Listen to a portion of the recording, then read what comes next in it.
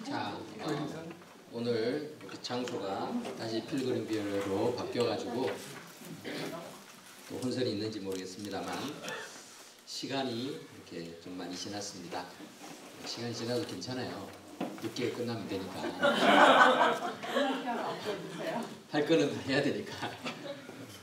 그러니까 시간을 이렇게 효율적으로 잘 쓰면 더 좋을 것 같습니다.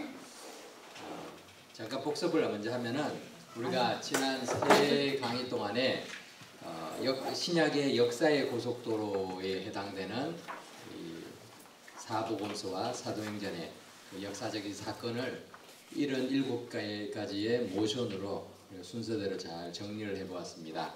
거기에는 중간기 400년 침묵기에 대한 내용도 포함이 되어 있었죠. 400년 침묵기가 왜 필요하냐, 왜 중요하냐, 신약 성경을 이해하는데 반드시 우리가 그것을 기억해야 하지만 도움이 되기 때문에 그렇습니다. 그래서 이 역사의 고속도로에 해당되는 이런 7가지의 모션을 가지고 순서대로 신약 성경에 특별히 400년 침묵기부터 하나님께서 어떻게 준비시키시고 또 예수님을 이 땅에 보내시고 예수님이 어느 지역에서 어떤 사역을 하셨으며 또 그 사역을 통해서 결국 교회가 세워지고 사도행전에 우리가 아는 대로 또 복음이 땅끝까지 전파되는 그런 내용들로 우리가 마무리를 했습니다. 이 내용을 지난 한 일주일 동안 아침 저녁으로 열심히 체류하면서 이렇게 복습을 하신 줄 알아요. 그래도 한번 해봐야죠. 그래서 자, 우리 같이 한번 해보겠습니다. 천천히 할 테니까 따라해 보십시오. 여기 좁아서 400년 침묵 말라리 말대복음 열강들 헤나 언어 이스라엘 소망 로마 길 정치세력 사내들인 서기관 사도인 바리새인 세리 열심당 내시가 한복음 베들레헴 가죠. 베들레헴 한센 나사렛 목수 요단강 침례 광야 시험 예루살렘 갑니다. 예루살렘 거듭남 수가 물가인 나사렛 배처 가버나움이에요. 12 제자 산상수훈 사탄을 묻지며 비유 시작 폭풍아 잠잠하라 무리를 거두시고 신앙 고백 변화상 예루살렘 돌질 물러나고 베레아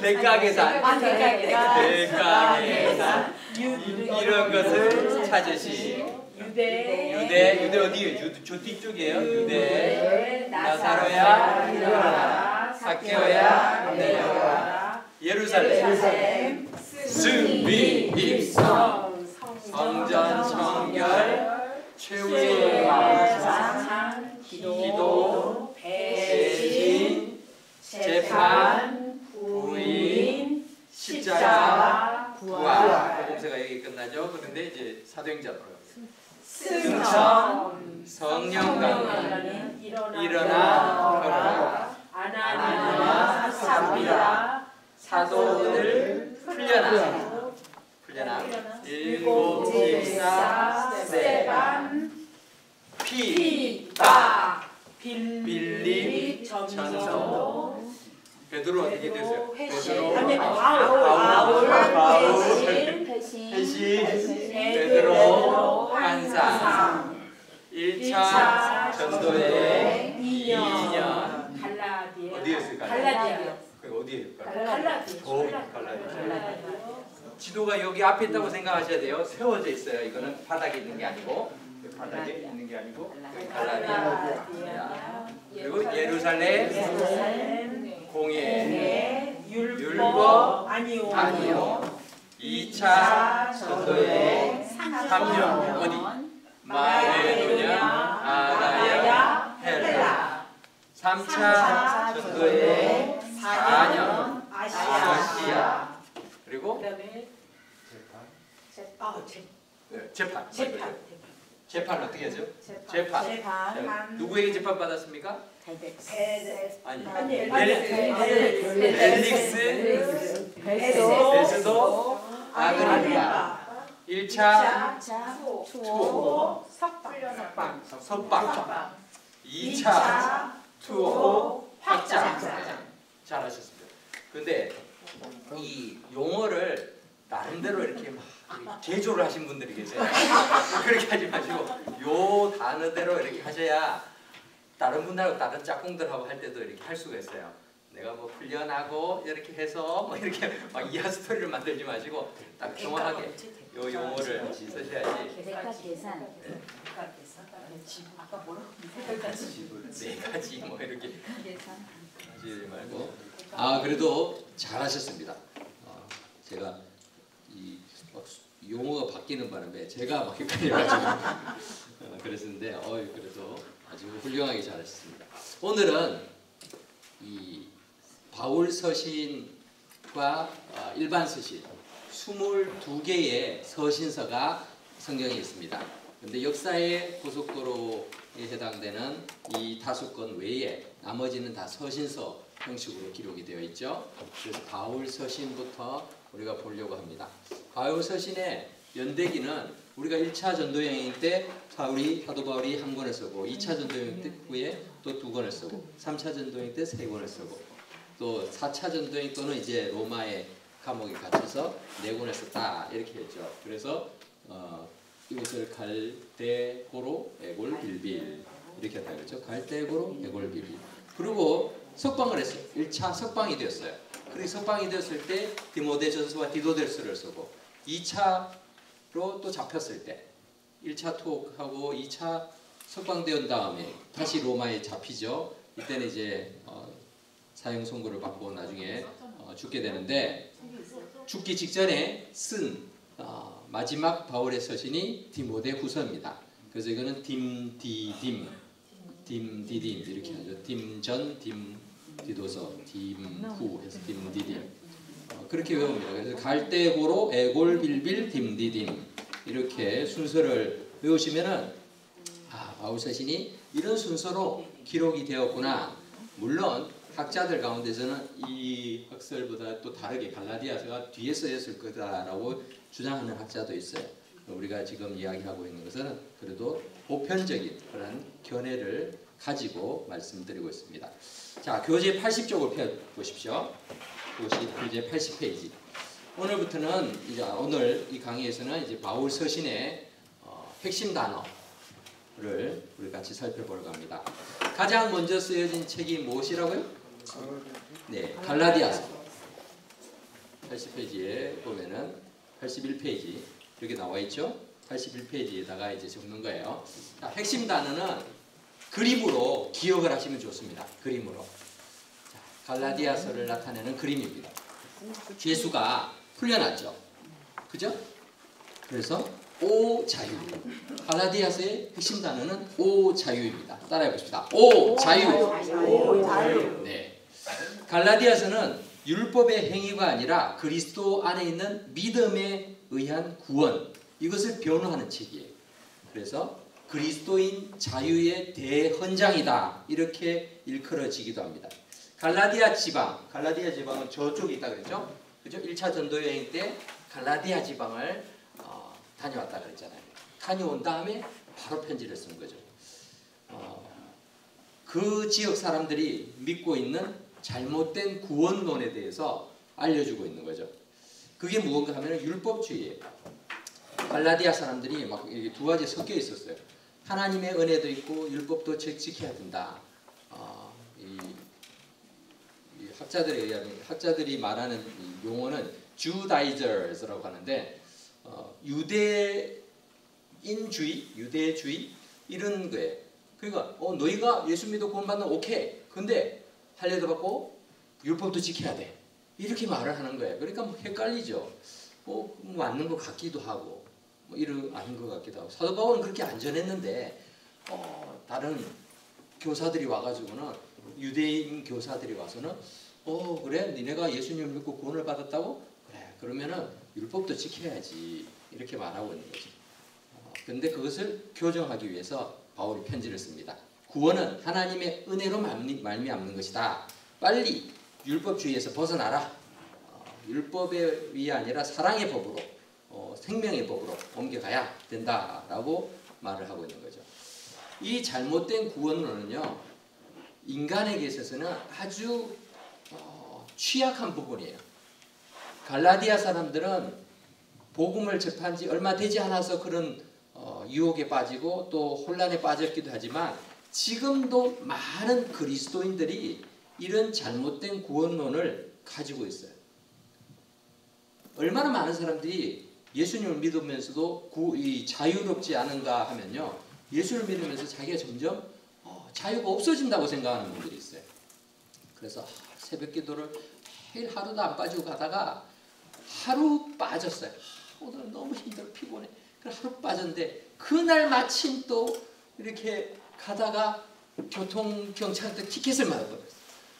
내가 새벽 기도를 빠지니까 당장에 하나님이 이렇게 벌을 주시는구나. 이 사람은 그 다음 새벽 기도를 빠질 수 있을까요? 못 빠져요. 두려워서. 빠지면 또 무슨 일을 당할까 싶어서. 근데 하나님이 그렇게 옹졸하신 분이냐 이거예요. 그렇지 않다는 거죠. 새벽 기도를 무조건 매일 계속 다녀야지만 하나님이 그래 너 잘하고 있어. 한 번이라도 빠지는 건 내가 보고 있어. 이러는 분 아니시라는 거죠. 근데 율법주의 속에 있는 사람들은요. 자기가 이거 안 하면 큰 벌을 받을 것 같아. 그 두려움이 있는 거예요. 근데 그게 아니라는 거예요. 율법이 우리의 구원의 조건이 될 수가 없습니다. 율법이 우리를 의롭게 할 수가 없어요. 우리는 율법을 다 지킬 수 없는 존재예요.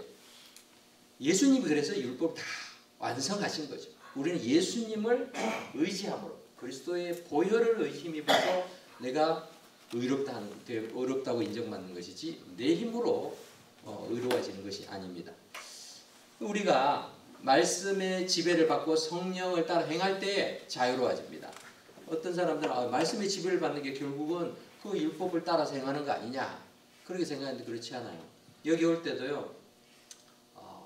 여러분들 집에서 오면서 여러 신호등과 또 많은 차들 사이를 지나서 이렇게 왔을 거예요. 근데 어떨 때는요. 이 차선을 지키고 또 신호를 지키고 하는 게 번거롭게 느껴져요. 그죠? 이 규칙을 왜 이거 다 지켜야 되나? 근데 만약에 그게 없다고 생각해 보세요. 그러면 사거리 교차로를 지날 때마다 두려워요. 그죠? 차가 오는데 저 차가 먼저 어떻게 나올지 모르잖아요. 근데 신호가 있으니까 우리가 초록색 불이 되면은 안전하게 가잖아요. 빨간 불이 되면은 서잖아요. 그렇게 해서 질서가 유지되죠. 하나님의 말씀이 그러한 질서를 통해서 우리로 하여금 자유를 누리게 해준다라는 것이죠. 세상의 법도 우리를 보호하고 우리를 자유롭게 하는데 하나님의 법이 어떻게 했습니까? 우리의 하나님 말씀이 우리를 자유롭게 하실 뿐만 아니라 우리의 삶을 더 풍성하게 하고 보호하는 그런 역할들을 하고 있다라는 것입니다. 네, 우리 제가 나눠드려야 되는데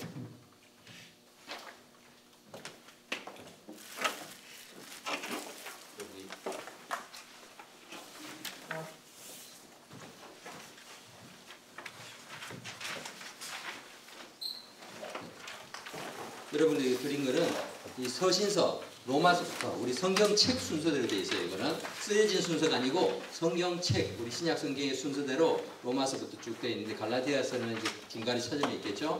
그 갈라디아서의 계관들 여기 이렇게 앞에 나오는데 이거 또 뭐 정리하고 정신이 없을 것 같아서 그냥 이렇게 드렸으니까 시간 날 때마다 보세요. 보시고 안 적어주셔도 됩니다. 갈라디아서는 이렇게 개인의 변호, 또 교리적 가르침, 실제적 권면 이렇게 세 부분으로 우리가 나눌 수가 있습니다. 자, 그 다음 갈대고로 데살로니가 전후서. 데살로니가 전후서가 2차 전도 여행 후에 쓰여졌죠. 데살로니가 전서를 먼저 봅시다. 데살로니가 전서를 표현하는 그림입니다. 자, 우리나라가 양궁으로, 한국이 양궁으로 아주 전 세계를 참 놀라게 하고 있는데요. 양궁 선수들 보면요, 참 그 관역을 바라보면서요 흔들림이 없어요. 해가지고 쏘죠. 그래서 이 데살로니가 전서는 목표에 집중하라라는, 마치 활 쏘는 사람이 목표를 집중해가지고 관역을 집중해서 쏘듯이 목표에 집중하는 그러한 것을 알려주고 있습니다. 데살로니가 교회는 마게도냐, 여러분 마게도냐, 아가야, 헬라 이 지역인데 이 마게도냐에 있는 성이에요. 마게도냐에 있는 성에서 세워진 교회죠. 빌립보 교회와 마찬가지로 바울이 2차 전도 여행 때 개척한 교회입니다. 이 데살로니가 교회를 개척한 후에 사도 바울은 어떻게 했는가 하면은 베레아를 지나서 아가야 지방을 거쳐서 고린도 지역에 갑니다. 헬라 지역에 있는 고린도 지역에 가가지고 거기서 데살로니가 교회, 얼마 전에 다녀온 데살로니가 교회 세웠던 그 데살로니가 교회의 소식을 듣는 거예요. 개척한 지 몇 주밖에 안 됐는데 들어보니까 그 교회가 참 믿음의 역사가 일어나고 사랑의 수고가 있고 또 소망의 인내를 가지고 있는 거예요. 그래서 온 그 마게도냐 지역에 소문이 자자한 거예요. 이 사람들 진짜 예수님 바로 믿고 있다, 잘 믿고 있다. 교회가 개척된 지 얼마 되지도 않았는데도 이런 공동체로 소문이 나고 있었습니다. 그래서 이 교회를 향해서 편지를 쓰면서 목표에 계속해서 집중해라, 열심을 내라, 잘하고 있으니까 그 목표를 잘 따라서 가라, 이렇게 권면하는 편지입니다. 데살로니가전서 3장 12절 13절에 이런 내용이 있습니다. 그래서 13절을 보면 너희 마음을 굳건하게 하시고 우리 주 예수께서 그의 모든 성도와 함께 강림하실 때에 하나님 우리 아버지 앞에서 거룩함에 흠이 없게 하시기를 원하노라. 이 사도 바울이 이 데살로니가 교회를 위해서 기도하는 내용이죠. 데살로니가전서의 결과는 바울의 개인적인 상황도 얘기를 하고 있지만 결국 이제 뒷부분에서는 실제적인 교훈과 권면을 하고 있습니다. 바울 서신의 대부분은요, 앞부분은 교리적인 부분들 이런 것을 주로 다루고 뒷부분은 실제적인 부분, 이렇게 적용해야 되는 것, 이러한 부분들을 주로 다루고 있습니다. 데살로니가 후서 같은 교회에 보내는데 두 번째 편지를 보내야 될 필요가 있었어요. 이 그림을 보시면 이 어떤 농부가 일을 하고 있죠. 뭔가 하면은 기다릴 동안 일하라. 따라해 봅시다. 기다릴 동안 일하라. 기다릴 동안 일하라. 데살로니가 교회가 예수님이 다시 오신다라는 그 재림에 대한 신앙이 너무나 확고해가지고 주님 오실 날들을 기다리고 있어요. 막 기다리는데 부작용이 생겼습니다. 어떤 부작용이 생겼는가 하면 예수님이 다시 오실 텐데 학교는 가서 뭐해? 일은 해서 뭐해? 사람들이 다 그냥 놀고 있는 거예요. 그냥. 주님 곧 오실 텐데 뭐 먹는 게 뭐 그리 중요해? 뭐 이러면서 아무 일도 안 하고 있는 거예요. 자기 일을 포기하고 있는 그러한 사람들을 향해서 두 번째 편지를 쓰면서 오히려 책망을 하죠. 일하기 싫거든 먹지도 말게 하라. 이렇게 말씀을 하죠. 하나님의 집에는 무질서한 행동을 하는 사람을 위해서는 공간이 없다. 이렇게 말합니다. 바울은 이 데살로니가 교회의 성도들에게 그리스도께서 오실 날들을 바라보면서 그분이 오실 때까지 맡겨진 일에 충실하라는 이른바 기다릴 동안 일하라 라고 권면하고 있는 거예요. 그러니까 데살로니가 전서 후서가 좀 어조가 다르죠. 그죠? 앞에서는 목표에 집중하라. 그런데 둘째 편지에서는 기다리는 동안에 놀지 말고 열심히 일해라. 이렇게 이야기하고 있습니다. 데살로니가 후서의 개관, 여러분들 개관은 이렇게 여기 여러분이 들었으니까 생략하겠습니다. 자, 이건 뭐 하고 있죠 지금? 맴매하죠, 맴매를 하는데 맴매 맞아도 아프고요. 때리는 사람도 아파요. 뭐 부모인 분들은 다 경험하셨죠? 자녀들 때릴 때 막 신나가지고 야 이거 오늘따라 내가 잘 맞네 이게 뭐 이러면서 때리는 사람 아무도 없죠. 뭐 군대에서는 그런 사람이 있어요. 이 고참들 가운데는 이거 맞다가 오늘 잘 맞네 그런 때는 요즘엔 그런 것도 없다는데 부모가 정말 자녀를 뭐 이렇게 혼내고 할 때는요 참 마음이 정말 무너지죠. 이 자녀를 위해서 이 사도 바울이 이 고린도 교회를 향해서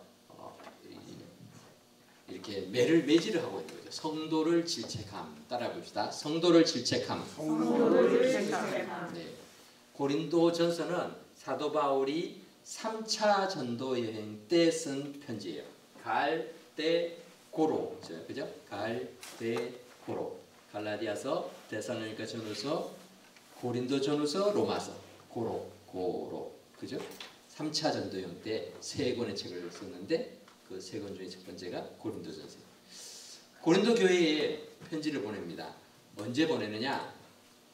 2차 전도여행 때는 고린도를 방문해 가지고 1년 반 동안 거기서 텐트를 만들었어요. 브리스길라와 아굴라와 함께 텐트를 만들면서 텐트 메이커로 일을 하면서 복음을 전하고 그렇게 해서 교회를 세웠습니다. 그게 고린도 교회예요. 그리고 3차 전도여행 때는 에베소라는 지역에서 머뭅니다. 몇 년을 머물고 있을 때 고린도에 대한 이야기가 들리는 거예요. 고린도 교회가 문제가 많이 생겼다는 거예요. 그래서 그 고린도 교회의 분쟁과 여러 가지 문제에 대한 이야기를 듣고 마음이 편하지 않았어요. 고린도 지역은요 굉장히 큰 도시였어요. 지금도 그리스에 보면 코린트라는 도시가 있어요. 옛날 그 유적지도 다 있고 옛날이 더 왕성했죠. 무역의 그런 중심지였기도 되고 또 이 굉장히 큰 그런 사원도 있었어요. 신들을 섬기는 신전이 있었는데 아프로디테라는 사랑의 여신을 섬기는 신전에 그게 1000여 명의 여자 사제가 있어요. 말이 여자 사제지요. 몸을 파는 여인들이에요. 그래서 뭐 바다의 선원들 이런 사람들이 옛날에는 또 미신도 막 많았잖아요. 그래서 이 사랑의 이 여신이라는 아프로디테의 그런 위로를 받아야 가서 그런 이 신전에 있는 장녀들 여신을 숭배한다라는 걸로 해서 음란한 일들을 하고 그런 음란한 도시였어요. 그렇게 쾌락을 추구하던 도시인데 그곳에 교회가 세워졌단 말이죠. 교회가 세워졌으면 교회는 더 거룩한 영향력을 끼치고 사회를 이끌어야 하는데 교회가 세상의 영향을 받아가지고 교회 안에도 음란한 문제들, 근친상 간의 문제들, 교인끼리 송사하고 성도 간에 싸우고 뭐 여러 가지 문제가 많았어요. 그래서 그러한 문제들을 가지고 질책을 하죠. 그런데 눈물 어린 그 심정으로 그렇게 성도를 질책한 내용이 고린도전서입니다. 고린도전서에 우리 6장 19절 20절을 같이 읽어볼까요? 시작. 너희 몸은 너희가 하나님께로부터 받은 바 너희 가운데 계신 성령의 전인 줄을 알지 못하느냐. 너희는 너희 자신의 것이 아니라 값으로 산 것이 되었으니 그런즉 너희 몸으로 하나님께 영광을 돌리라. 그러니까 우리의 몸을 잘 다뤄야 된다 이렇게 말하고 있죠. 그런 내용들 이렇게 고린도전서에서 이야기하고 있습니다. 교회는 세상에 영향을 주는 공동체예요. 예수님이 너희는 빛과 소금이다 라고 말씀하시잖아요. 빛이 빛 가운데 있을 때는 여러분 대낮에 햇볕이 쨍쨍 비친 대낮에 후레쉬 아무리 켜도요 소용이 없어요. 그죠? 어떤 분들은 교회 안에서만 자꾸 빛을 드러내려고 해요. 소용이 없어요. 그게 아니고 세상 속에서 어둠의 상황 속에서 빛이 되어야 된다. 교회에서 신앙생활하는 교회 안에서만 신앙생활을 하는 게 아니라 세상에서는 그냥 조용히 숨만 쉬고 있다가 교회 와서 다 주님을 찬양합니다. 그리고 그걸 하나님 원하시는 게 아니라 세상 속에서 빛이 되라 라고 말씀하시는 거죠. 소금이 되라는 것도 마찬가지죠. 짠맛, 또 조미료의 기능, 부패 방지의 기능 뭐 이런 것들도 있죠. 그런 것이 썩어가져가는 것. 그런 곳에서 우리가 그 역할들을 감당해야 되는 것이죠. 그런데 고린도 교회가 그 일들을 못 해가지고 이렇게 권면하고 있는 것입니다. 고린도후서는 바울의 사도직 변호입니다. 좀 더 개인적인 편지예요. 고린도전서를 보냈어요. 고린도 교회에다 첫 번째 편지로 보내가지고 바울이 막 눈물 흘린 심정으로 아비가 자녀를 훈계하듯이 이런 거 잘못되고 이런 거 쫓아내라 막 그런 거 하면 안 된다 막 했는데 돌아온 회신이 뭔가 하면은 반응이 뭔가 하면은 고린도 교인들이 우리 바울 선생님 말씀을 잘 듣겠습니다. 죄송합니다. 이게 아니었어요. 아니 바울이 뭔데 우리한테 자꾸 이래라고요. 저 사람 사도 맞아? 내가 알기로는 12사도에 바울이라는 사람이 없었는데 뭐 이런 사람들도 있는 거죠. 그래서 그 사람이 왜 사도야? 뭐 이렇게 얘기를 해요. 그러니까 참 바울은 자신의 그런 사도직에 대해서 의문을 제기하는 사람들에게 자신이 예수 그리스도의 그런 증인으로 부름받은 사도이다라는 것을 조목조목 이렇게 알려주고 있죠. 그래서 자기를 소개하는 자서전과 같은 책이 고린도후서입니다. 바울의 성품, 바울의 소명, 그리고 그리스도의 사도로서의 자격을 이렇게 거기서 표현하고 있죠. 고린도전서가 고린도 교회의 그런 모습들을 이렇게 뚜껑을 열어서 쫙 보여주는 거라고 한다면 고린도후서는 사도 바울의 마음을 활짝 열어서 보여주는 거예요. 나는 이런 마음으로 사역을 한다. 내가 이러한 사람이다 라는 것을 보여주고 있어요. 인간적인 모습도 여기엔 드러나 있고 연약한 모습도 드러나 있습니다. 그래서 고린도후서를 읽어보면 얼마나 사도 바울이 그리스도를 전하면서 그리스도를 담고자 했는지도 느낄 수가 있죠. 그래서 자기가 연약한 것도 기도하죠. 하나님, 내 육체의 이 연약함, 이 부분을 좀 하나님께서 이 가시를 빼주십시오. 이렇게 했는데 하나님께서 뭐라고 그랬어요? 내 은혜가 네게 족하다. 네가 약한데 내 능력이 약한 데서 온전해진다. 이렇게 말씀하니까 그것에 또 받아들이고 있는 것을 보죠. 네, 이러한 모습들을 우리가 볼 수 있는 것이 고린도후서입니다. 사도직 변호 그런 내용들을 보게 됩니다.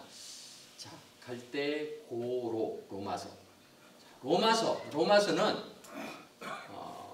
핵심 단어가 지불 완료입니다. 따라해 봅시다. 지불 완료. 로마서는 이 신약 성경에서 어떤 교리적인 면에서는 아주 중요한 책이기도 하죠. 지불 완료란 말은 다 갚았다라는 거예요. 죄의 빚이 그리스도의 희생적인 죽음에 의해서 완전히 지불되었음을 말하고 있다라는 거예요. 미국에 살다 보면요, 대출 이런 게 다 이렇게 일상화되어 있는 것 같아요. 집을 살 때도 융자를 하고 자동차를 새로 살 때도 다 대부분 융자를 해요. 캐시 주고 그냥 한 번에 사는 사람이 거의 없어요. 그죠? 그래서 매달 고지서가 날라옵니다. 돈 내라고. 그러면 이제 매달 갚죠. 그래서 이렇게 다 갚을 만하면 또 딴 집 사가지고 또 이렇게 하고 딴 차 사가지고 또 하고. 그래서 평생을 이렇게 대출금 이렇게 나눠 갚는 일을 하고 있는데 이런 상상을 우리가 해볼 수 있죠. 은행에서 대출을 받아서 20년 동안 이렇게 원금을 갚고 또 이렇게 하고 있는데 어느 날 갑자기 편지가 날랐어요. 편지를 딱 펴보니까 아직까지 자기는 19년이 남았는데 지불 완료라는 편지가 왔어요. 그러면은 이게 무슨 의미예요? 누군가가 자기 대신 그 모든 대출금을 지불했다는 얘기잖아요. 누군가가 그 빚을 다 갚아줬기 때문에 이제 우리는 더 이상 갚지 않아도 된다. 이러한 일이 있으면 얼마나 좋겠느냐. 근데 하나님이 이 일을 하셨어요. 우리가 죄에 대한 값을 지불해야 되는데 지불할 능력이 없는 거예요, 내가. 근데 예수님께서 대신 다 지불하셨어요. 생명을 바치면서 죄에 대한 값을 대신 치르셨어요. 그래서 너는 더 이상 죄의 값을 치르지 않아도 돼 라고 말씀해요. 지불 완료되었다라는 거예요. 그러니 얼마나 감사한 일이에요. 내가 그것을 지불하려면 내가 죽어야 되는데 나를 살리기 위해서 예수님이 죽으신 것이죠. 그래서 지불을 완료한 부분입니다. 그것이 로마서에 체계적으로 나오고 있습니다.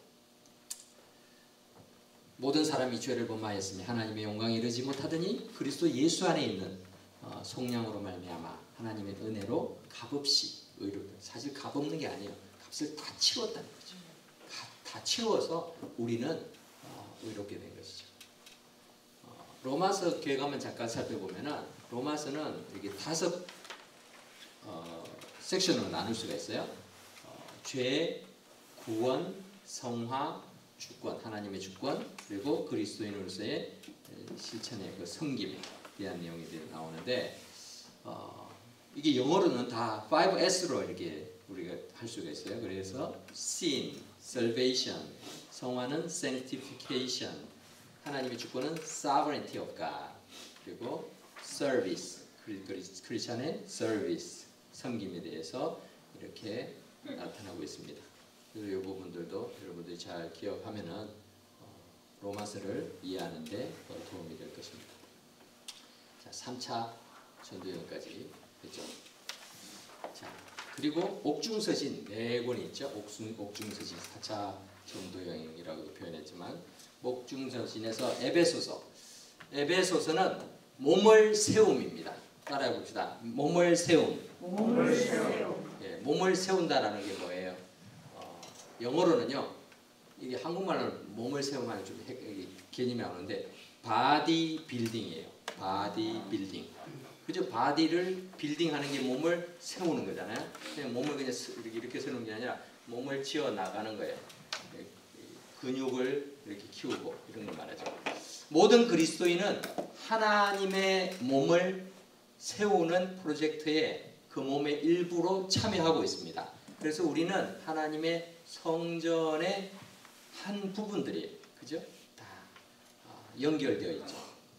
신약 교회인 그리스도의 몸을 하나님께서는 세우고 계시고 그 지체들은 다 연결이 되어서 생명력 있는 기능을 가지고 있습니다. 에베소서는 그리스도인으로서 그리스도 안에서의 영적인 부유함과 행함을 설명하고 있습니다. 내가 믿고 있는 것이 내가 어떻게 행하는가에 대한 영향을 끼치기 때문에 그렇습니다.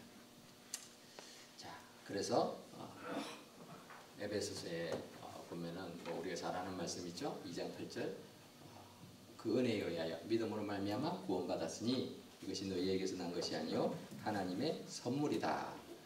행위에서 난 것이 아니니 누구든지 자랑하지 못하게 함이라.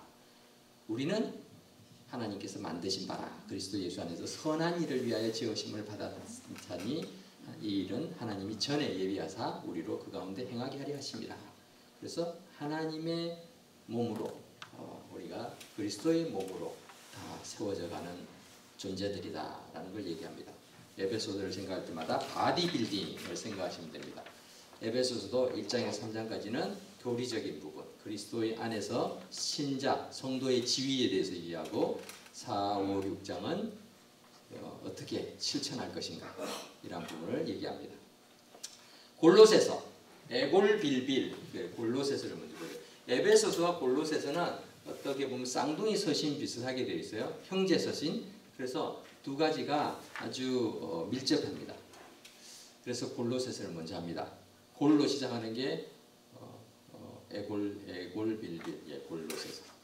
골로새서의 핵심 단어는 총사령관입니다. 따라해 봅시다. 총사령관. 누가 총사령관일까요? 신약 성경에서는 우리가 그리스도께서 총사령관이다 라고 우리가 말씀하죠. 그리스도는 어떤 분이신가? 이 초대교회 1세기에 헬라 문화권 속에서 아주 영향을 크게 끼쳤던 그런 사상이라고 해야 되나? 그런 종교적이기도 하고 이런 것들이 있는데 그게 뭔가 하면 영지주의라는 게 있어요. 영지주의는 영은 선하지만 육체는 악하다. 그래서 육체는 아무것도 아니야 라고 이렇게 하는 게 영지주의예요. 그러니까 그리스도가 육체로 오셨다 그러면은 그리스도는 불완전한 존재가 되는 거예요. 예수님은 불완전한 존재고 육체가 악하니까 예수님은 악한 존재가 되는 거죠. 그러니까 예수님의 육체로 오신 것에 대해서 부인하는 게 영지주의죠. 여러분들이 이렇게 철학을 좀 하셨으면은 뭐 스토이즘, 스토아 학파 또는 뭐 에피쿠로스 학파 이런 것도 들어봤을 거예요. 스토아 학파는 육체는 악한 거니까 육체를 항상 고달프게 만들어야 돼. 금욕하고 고행하고 뭐 때리고 막 이렇게 육체는 악한 거니까 어떻게든 그렇게 해야 된다고 생각하는 게 스토아 학파죠. 에피쿠로스 학파는 육체는 어차피 아무것도 아니니까 그냥 즐기는 거야. 마음대로 즐겨도 돼. 어차피 뭐 이거는 뭐 우리 몸뚱아리는 중요하지 않아. 내 마음대로 하면 되는 거지. 중요한 정신, 이데아 사상이 더 중요하다 이렇게 생각하는 거죠. 그러나 우리 예수님은 완벽하신 분이시죠. 이 땅에 오셔서 이렇게 육체 가운데 있게 하시지만 그렇다고 제한된 분도 아니세요. 그래서 모든 우주 만물을 다 다스리시는 총사령관이시다. 그것을 이야기하고 있습니다. 1장에서는 그 그리스도가 만물의 어뜸이시다. 만물의 총사령관이시고 2장에서는 또 믿음의 어뜸이 되시는 분이고 3장에서는 삶의 어뜸이 되시고 4장에서는 전도와 선교의 으뜸이 되시는 그런 총사령관이시다라는 것을 우리에게 알려주고 있습니다. 그러니까 총사령관이란 말은 우리가 항상 예수 그리스도를 의식하고 예수님의 명령에 순종해야 된다라는 거예요. 그런데 우리가 과연 그렇게 살아가고 있느냐라는 거예요. 세상에서는 막 내 마음대로 살다가 교회에 와서만 하나님 말씀대로 살아가는 게 아니죠. 어떤 분들은 이렇게 강의를 이렇게 쭉 이렇게 하다 보면은 강의할 때는 막 그냥 대충 있다가 카메라가 딱 자기를 비치면요, 딱 집중하고 어떤 그 여자 권사님은 그 짧은 순간에도 딱 꺼내가지고 화장을 탁탁 하고 딱 해가지고 거룩한 모습으로 계십니다. 왜 그렇습니까? 이 영상이 찍히니까 그 기록이 남으니까 잘해야 되는 거죠. 그 시간에 막 졸고 있으면 나중에 이게 언제 그 비디오가 나올지 모르니까 조심스러운 거예요. 근데 우리 주님께서는요, 우리의 모습을 다 보고 계시죠. 다, 그죠? 총사령관이신데 다 알고 계신단 말이에요. 그러면은 우리가 뭐 화장실에 있든 또 직장에서 있든 어디에 있든지 주님이 다 보고 계시는 거죠. 그럼 모든 곳에서 우리의 삶의 모습은 동일해야 되겠죠. 왜냐하면 내가 믿고 따르는 분이 어느 곳에나 계시기 때문에 그런 총사령관 되신다라는 것을 우리가 기억하면서 내 삶의 모든 영역에서 그리스도께 순종하고자 힘쓰는 저와 여러분이 될 수 있기를 바랍니다. 네. 예수님은 보이지 아니하는 하나님의 형상이시고 모든 피조물보다 먼저 나신 하나님이시다라는 거예요. 하나님. 그러한 하나님 되시는 예수님을 우리가 믿고 따라야 됩니다. 자, 에골빌빌 첫 번째 빌립보서. 빌립보서의 핵심 단어는 기쁨입니다. 따라해 봅시다. 기쁨. 네. 이 남자가 이렇게 곡조 이렇게 멜로디가 이렇게 있는 거죠. 너무 기뻐가지고 우리가 기쁘면은 콧노래 뭐 이런 거 흥이 나잖아요. 너무 기뻐서. 근데 사실 우리가 잘 생각해 보면은 사도 바울이 이 편지를 쓸 때는 수감돼 있는 상황이에요. 그죠? 어떻게 보면 아유, 내 신세가 왜 이렇게 됐나? 내가 뭘 잘못했다. 이렇게 생각할 수도 있는데 바울은 그러지 않았어요. 어떤 환경도 바울의 기쁨을 빼앗아갈 수 없었습니다. 바울이 이런 기쁨을 누릴 수 있었던 것은 그의 초점이 오직 예수님, 그리스도께 있었기 때문입니다. 그 구조를 여러분들이 보시면 아시겠지만 그의 삶의 철학은 그리스도 중심이었습니다. 그래서 1장에 보면은 바로 내가 다시 말하노니 기뻐하라. 그러면서 내게 사는 것이 그리스도니 죽는 것도 유익함이라. 이렇게 표현하죠. 그리스도 중심의 삶을 살고 있어요. 2장에서는 그리스도의 마음을 본받아야 된다. 그리스도를 닮아가야 된다. 이렇게 말하죠. 3장에서는 그리스도를 추구하고 더 알아가야 된다라고 말합니다. 4장에서는 그리스도를 의존해야 합니다 라고 말하죠. 그래서 내게 능력 주시는 자 안에서 내가 모든 일을 할 수 있느니라 이렇게 표현을 하고 있죠. 기쁨은 바깥에서 오는 게 아닙니다.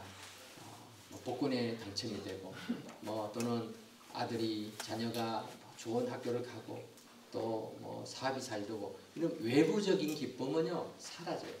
그때뿐이 우리의 내면에서 나오는 거. 예수님을 구주로 모시고 주님과 함께 살아가는 것으로 인한 기쁨들이 내면에서 나오는 거죠. 그 기쁨들이 오래가고 영원한 줄 믿습니다. 빌립보서의 기관이죠. 애골 빌 마지막 빌. 원래 신약 성경의 약자는 몬이에요. 몬스터 할 때 몬인데 우리는 이제 빌로 하는데 빌레몬서는 형제로 묶음이라고 되어 있죠. 따라해 봅시다. 형제로 묶음. 묶는다는 것은 형제로 하나 되게 만든다라는 의미죠. 빌레몬서는 빌레몬이라는 개인에게 보내는 사도 바울의 개인적인 편지예요. 빌레몬은 아마도 골로새 지역 그 지역에서 교회의 어떤 장로, 지도자의 역할을 하던 그런 사람이었던 것 같아요. 그런데 그 집에서 일하던 한 종이 큰 잘못을 저질렀어요. 잘못을 저지르고 그걸로 인해서 또 자기가 혼날까 싶어가지고 도망을 갑니다. 도망을 가면서 그것도 도둑질해서 도망을 갔어요. 그 로마 시대의 노예는 사람 취급을 제대로 못 받았어요. 그런데 도망친 노예는 그건 뭐 죽음이에요. 뭐 잡히면 죽는 거예요. 그런데 그가 로마에서 잡혔어요. 잡혔는데 마침 하필이면 바울이 있는 바울을 옥에 갇혔는데 바울을 만나게 된 거예요. 그래서 얘기를 하다 보니까 이 오네시모가 자기가 아는 빌레몬의 집에서 탈출한 노예인 거예요. 근데 사도 바울은 어쨌든 뭐 노예든 뭐 귀족이든 왕이든 뭐 만나면 전도하니까 복음을 전해서 이 사람이 예수를 믿게 됐습니다. 예수를 믿고 나니까 사도 바울 옆에서 열심히 돌봐주는 거예요. 돕고 너무너무 잘해. 옆에 놔두면 얼마나 사도 바울이 편하겠어요. 물도 와라 하기 전에 물도 떠오고 그렇게 부리지 않았을 텐데도 너무나 잘해주는 거예요. 내게 옆에 있는 게 너무 유익한데 이래서는 안 되겠다. 사도 바울이 이 문제를 좀 풀어야 되겠다. 문제의 핵심이 뭐냐. 이 사람이 도망쳤잖아요. 잘못을 범하고. 너 주인에게 돌아가라. 그래서 용서를 받아라. 저 가면 죽습니다. 그렇지 않겠어요? 그러니까 바울이 내가 편지를 써줄게. 빌레몬 내가 잘 아는 사람이야. 그러니까 내가 편지를 가지고 네가 가라. 그래서 데리고 편지를 가지고 갔습니다. 그것이 이제 빌레몬서예요. 빌레몬서에서 어떻게 사도 바울이 이야기하는가 하면은 오네시모에 대해서 이야기를 하면서 물론 오네시모를 하기 전에 빌레몬에 대한 칭찬을 잠깐 합니다. 당신이 얼마나 훌륭한 사람인지 막 그런 것들을 막 해서 빌레몬이 사도 바울이 나를 이렇게 귀하게 여기는구나. 그렇게 해서 막 기분이 좋아져서 있을 때 그때 이제 오네시모에 대한 얘기를 하죠. 그 오네시모를 내가 너한테 보내는데 당신에게 보내는데 전에는 이 오네시모가 너한테 무익한 자였지만 지금은 그리스도 안에서 형제이다. 유익한 자가 되었다. 오네시모라는 말의 이름의 뜻이 유익한 이라는 뜻을 가지고 있어요. 근데 이름에 걸맞지 않게 무익한 존재가 되었잖아요. 근데 예수님을 통해 진짜 그 이름대로 변화된 인생이 된 거예요. 그래서 이 사람을 당신이 용서해주고 그리고 형제로 받아들여라. 그리스도 안에서 형제로 받아들여라. 근데 빌레몬 입장에서는 좀 손해가 있잖아요. 그냥 받아들여요. 좀 손해가 많단 말이에요. 얘가 지금 피해를 끼친 게 얼만데 뭐 이런 생각이 쫙 들 거 아니에요. 바울이 그것까지 생각한 것 같아. 그래서 네가 이렇게 얘 때문에 이 오네시모 때문에 다 이렇게 갖게 된 그런 피해 손해가 있으면 그 손해배상을 나한테 청구해라. 바울이 그렇게 말해요.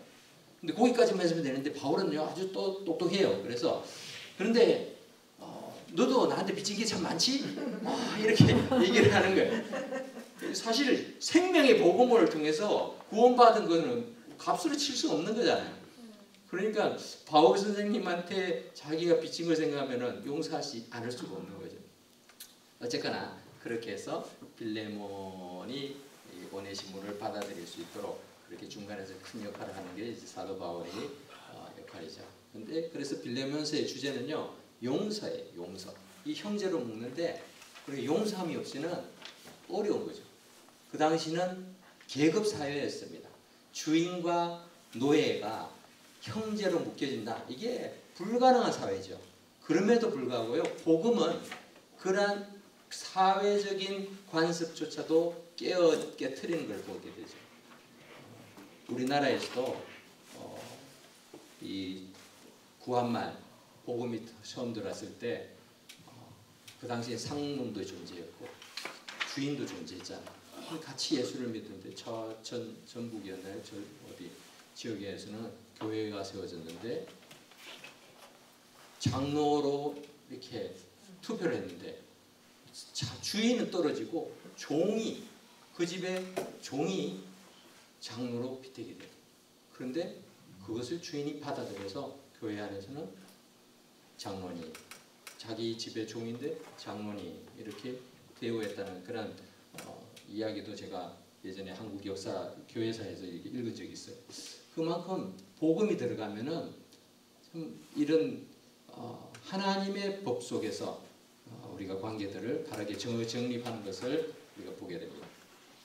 빌레몬서는 형제로 묶음 이런 내용이 나오죠. 자 그리고 바울이 1차 투옥을 했다가 석방이 된 뒤에 디모데 전서와 디도서를 쓰죠. 그래서 디모데 전서를 먼저 봅니다. 여기서부터는 목회서신이죠. 목회서신. 바울의 목회서신이 4권이라고 우리가 말하고 할 수 있는데 아까 전에 옥중서신 중에 하나인 빌레몬서도 그렇고 또 디모데전서, 디도서 이것을 이제 목회서신으로 얘기하죠.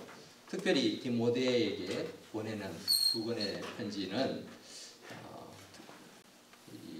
지도자로서 어떻게 교회를 세워가야 되는지를 알려줍니다. 장로와 집사에게 요구되는 조건이 무엇인지를 알려주죠. 디모데전서의 핵심 단어는 지도자 지침입니다. 따라해 봅시다. 지도자 지침. 지도자 지침. 디모데는 바울이 전도해서 예수 믿게 되고 또 교회의 지도자가 된 그런 영적인 아들이자 젊은 지도자예요. 바울이 정말 아들처럼 생각할 만큼 그렇게 젊은 목회자였습니다. 이 디모데를 향해서 젊다라는 건요 그만큼 이 경험이 부족할 수 있잖아요. 그렇기 때문에 어떻게 너 자신을 잘 준비해야 되느냐 이런 것들도 알려주고 교회의 일꾼들은 어떤 기준으로 세워야 되는지 이런 것들도 알려줍니다. 믿음의 집, 그러니까 그 교회 안이죠. 교회 안에서 지도력의 책임감을 이렇게 가져야 되는 것. 책임감을 가져야 되는 사람들은 신실함, 경건, 삶의 모든 영역에서 기꺼이 배우려는 자세를 가져야 된다는 것을 말합니다. 지도자는 가정에서나 사업에서나 평판, 물질 사용, 개인적 습관의 절제 이런 모든 삶의 영역에서 다른 사람에게 본이 돼야 돼요. 뭐 돈 많은 사람이 교회에서 뭐 직분 받고 이게 아니죠. 그죠? 그 꼭 사단이 나요. 결국에 문제가 생겨요. 모든 면에 있어서 영적인 그런 책임을 감당할 수 있는 자가 세워져야 되는 것이죠. 그래서 디모데를 향해서 이렇게 쓰고 있습니다. 디모데전서 6장에 보면은 오직 너 하나님의 사람아 이것들을 피하고 앞에 이제 여러 가지 피해야 될 것을 얘기하죠. 그리고 뭘 따라야 되느냐? 의, 경건, 믿음, 사랑, 인내와 온유를 따르며 믿음의 선한 싸움을 싸워라. 이렇게 권면을 합니다. 바울이 디모데를 향해서 지도자 지침을 알려주고 있는 내용이 디모데 전서예요. 그 다음이 이제 디도서입니다. 디도는 다른 사람이죠. 디도도 다른 또 목회자입니다. 핵심 단어는 행동 지침입니다. 행동 지침. 디도서는 행동 지침. 따라해 봅시다. 행동 지침. 교회의 질서를 바로잡기 위해서 지침을 준 것입니다. 앞부분에서는 교회의 장로를 어떻게 세워야 될 것인가 이것에 대해서 이야기를 합니다. 그리고 교회 안에 늙은 남자, 늙은 여자들 공동체 안에서 어떤 품행을 어떻게 해야 되는지, 또 젊은 여자, 젊은 남자는 어떤 삶으로 자기를 담당했는지, 올바른 행동에 대한 것. 또 나이가 많으신 분들, 연세가 많은 분들은 연세가 많은 사람, 늙은이답게, 노인답게 또 해야 되는 것이죠. 백발은 영화의 면류관이다 라고 했는데 다 백발이 되고 나이가 많으면은 다 그렇게 삶이 아름다운가요? 안 그렇죠. 삶이 추한 사람들도 있어요. 막 어린아이처럼 고집 부리고 막 이런 떼 쓰고 아나무인되고 이런 분들도 가끔씩 보죠. 보면 아름다운 게 아니라 추하게 보여지죠. 어떻게 행동해야 될까? 젊은 과부들은 또 어떻게 해야 될 것인가? 이런 행동 지침들을 알려주면서 공동체 안에서의 질서를 강조하는 것이 디도서예요. 디도서는 행동 지침이에요. 요즘에는 한국도 질서, 이런 예의를 존중하는 것이 많이 사라졌어요. 그러다 보니까 연세 드신 분들이 버스를 타거나 지하철 타면은 자리를 양보 강제적으로 이제 섹션을 만들어 가지고 임산부 노약자들 앉는 자리를 만들어 놓긴 했지만 그런 자리가 아니면은 별로 신경도 안 쓰는 젊은 아이들도 많죠. 심지어는 동네 어르신들을 공경하는 게 아니라 자기한테 잔소리했다고 막 꿀안치고 혼내고 때리고 이러한 청소년들도 가끔씩 다 그러지는 않을 텐데 가끔씩 뉴스에 나오기도 하죠. 조용히 해라. 옛날에는 그러면 어른이 한마디 하면 조용히 했어요. 근데 요즘은 막 욕하면서 막 욕하잖아요. 잘못하니까 한 대 맞을까 싶어서요. 아무도 말도 못해요. 그런 사회가 되어버렸어요. 이게 참 무서운 세상인데 이게 바람직한 게 아니죠.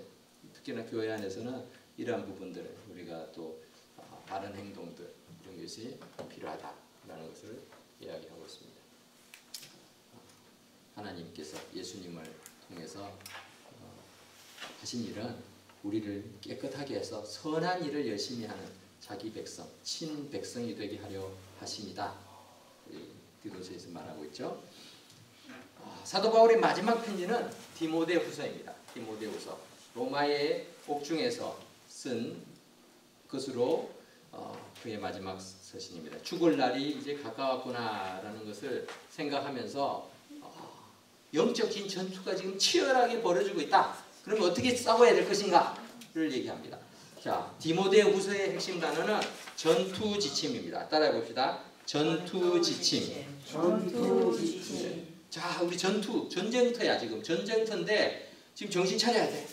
그냥 행동하고 행동 지침 지도 지침 이게 아니라 지금 전투에 딱 최적화된 그런 준비가 필요하다는 거죠. 디모데에게 영적 전투에서는 상황이 있는데 우리 믿는 사람들은 전투에 나가서 싸우는 군사들이다. 그러니까 전투 지침을 잘 지켜 행해야 된다. 때가 되든 안 되든 이제 지금 복음을 전해야 되는 거야. 시간이 없다. 얘기를 하죠. 마지막 때이기 때문에 믿음을 가지고 있는 자들이 그 믿음에서 떠나는 사람들도 있다. 그러니까 그거 대비해라. 그래서 데마라는 사람은 세상을 사랑하여 세상으로 가버렸잖아요. 그런 얘기도 하면서 이런 게 그냥 앞으로 일어날 일이 아니라 지금 일어나는 일이다. 우리가 사는 세상에는 더 심하잖아요. 안 나가 가나안 교인 교회를 안 나가고 그냥 알아서 그냥 유튜브 통해서 나는 예수님 하나님 믿어요, 예수님 믿어요 하는데 교회는 안 나가. 상처를 받아서 그렇기도 하지만 그 믿음은 과연 바른 믿음일까? 또 그렇게 하다가 또 아예 그 믿음에서 떠나버리는 사람들도 많이 보게 됩니다. 이러한 것들을 우리들도 접하고 있는데 이런 영적 전투에서 우리가 정신 차리고 있어야 되는 것이죠. 그래서 디모데에게도 이 말씀을 다른 사람들에게도 전할 수 있도록 해라. 또 디모데후서 4장 2절에서는 너는 말씀을 전파하라. 때를 얻든지 못 얻든지 항상 힘쓰라. 범사에 오래 참음과 가르침으로 경책하고 경계하며 권하라. 이렇게 말하기도 하고 있습니다. 네, 그것이 디모데후서예요. 바울이 죽는 것을 앞두고 아주 강력하게 강조하고 있는 내용이죠. 신약 성경의 기초가 되는 것이 역사서라고 했죠. 사복음서와 사도행전, 이것이 신약 성경의 칩으로 표현하자면 기초가 되는 것이고, 두 개의 기둥이 있다고 했어요. 하나는 교회 서신, 사도 바울의 교회 서신이 있었고, 또 하나는 일반 서신이 있었습니다. 일반 서신 생각이 나십니까? 교회 서신, 일반 서신. 그리고 지붕에 해당되는 것이 목회 서신 또는 개인 서신, 여기 있었어요. 자, 지금 사도 바울의 교회 서신과 목회 서신을 했어요. 그래서 9권, 그죠? 9권과 또 목회 서신, 일반 서신에 해당되는 4권 이렇게 살펴봤습니다. 그리고 일반 서신이 있습니다. 이것은 사도 바울이 아니라 다른 예수님의 사도들과 제자들이 쓴 편지들이죠. 교회제 82쪽을 펴보십시오. 교회제 82쪽을 보면은 일반 서신이 언제 쓰여졌느냐? 야고보서는 바울이 갈라디아서를 쓸 때쯤 쓰여졌어요. 그러니까 일반 서신 중에서는 가장 먼저 쓰여진 거죠. 이 야고보는 예수님의 12제자의 야고보가 아닙니다. 예수님의 동생, 육신의 동생인 야고보예요. 이 야고보는 예루살렘 기독교 공회의 수장이었어요. 예루살렘에 있던 크리스찬 공회의 이렇게 지도자였어요. 그가 예루살렘 공회도 이게 주재를 하고 했죠. 근데 야고보서는 이제 갈라디아서와 비슷하게 상당히 일찍 써여졌습니다. 그리고 사도 바울이 로마의 첫 번째 감옥에 갇혔을 때, 그리고 풀려났을 때, 갇혔을 때 쓴 것이 에골빌빌이었잖아요. 그리고 풀려났을 때 디모데전서와 디모데후서를 썼다고 했죠. 그 디모데전서와 후서를 썼을 때쯤에 베드로 전후서를 쓰게 됩니다. 베드로가 쓰죠. 그리고 바울이 옥에 갇혀서 순교할 즈음에 히브리서와 유다서가 기록이 됩니다. 사도 요한은 오래 살았어요.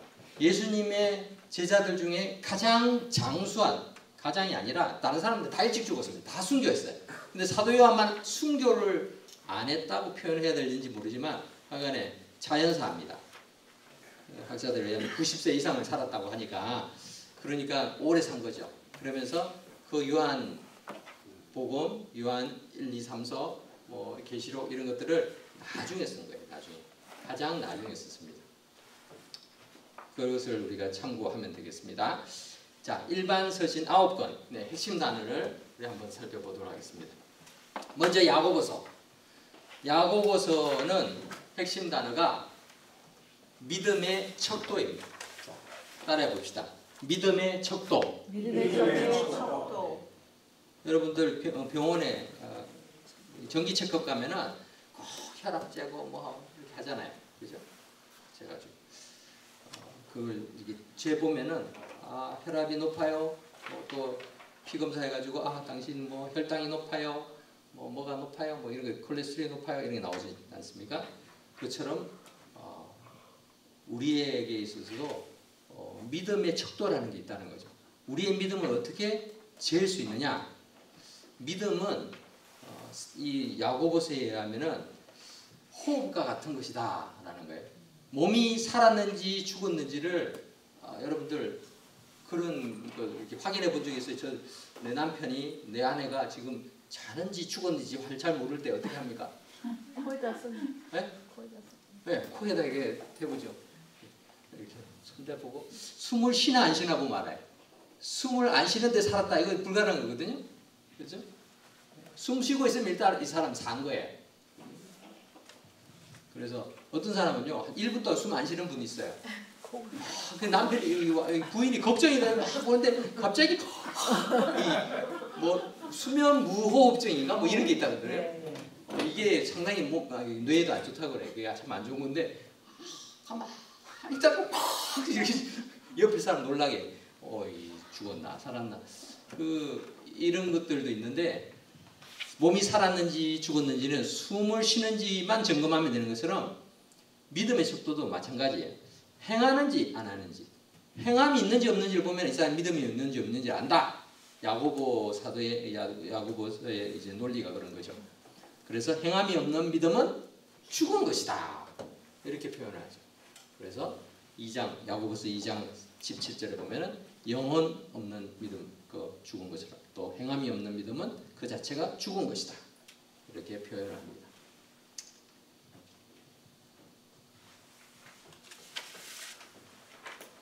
일장에서는 시험이 올 때, 유혹이 닥칠 때 말씀이 든든히 있어서 지혜를 구해야 된다 말하고 있고, 2장에서는 진정한 사랑을 어떻게 베풀어야 되는지를 말합니다. 그리고 3장에는 혀의 사용, 이거 말 조심해라. 혀를 조심스럽게 사용해라. 4장에서는 우리가 겸손해야 된다. 5장에서는 고난받을 때 어떻게 인내해야 되는가. 이런 실천적인 믿음을 이야기하고 있어요. 이 로마서와 야고보서를 어떤 사람들은 이게 충돌이 된다고 생각을 해요. 충돌이.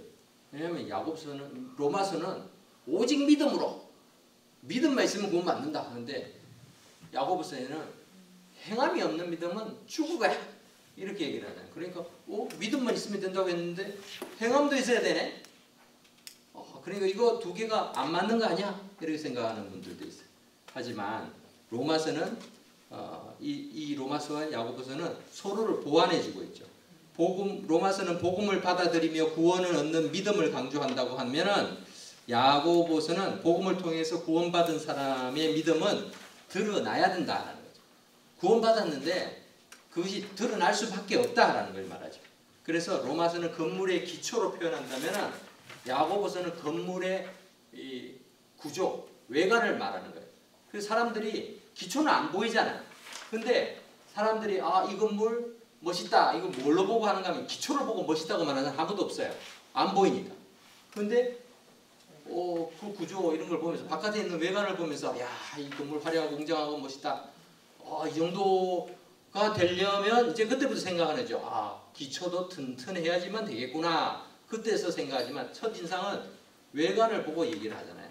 행함이라는 게 결국 믿음의 기초 위에서 그렇게 드러나게 되는 것이죠. 그래서 로마서는 우리의 구원을 위해서 하나님이 하신 일을, 하나님의 일에 초점을 맞추고 있는가 하면은, 야고보서는 그 하나님의 하신 일을 통해서 구원을 얻은 우리가 어떤 삶을 살아야 되는가, 우리에게 초점을 맞춰서 강조하고 있는 내용입니다. 자, 베드로전서는 목적 있는 고난이에요. 따라해 봅시다. 목적 있는 고난. 예. 의사가 병원에 가면은, 어린아이들이, 저도 그랬는데, 어린아이들은요, 의사 선생님 처음 만났을 때는 몰라요. 근데 한두 번 가면요, 가기 싫어해요.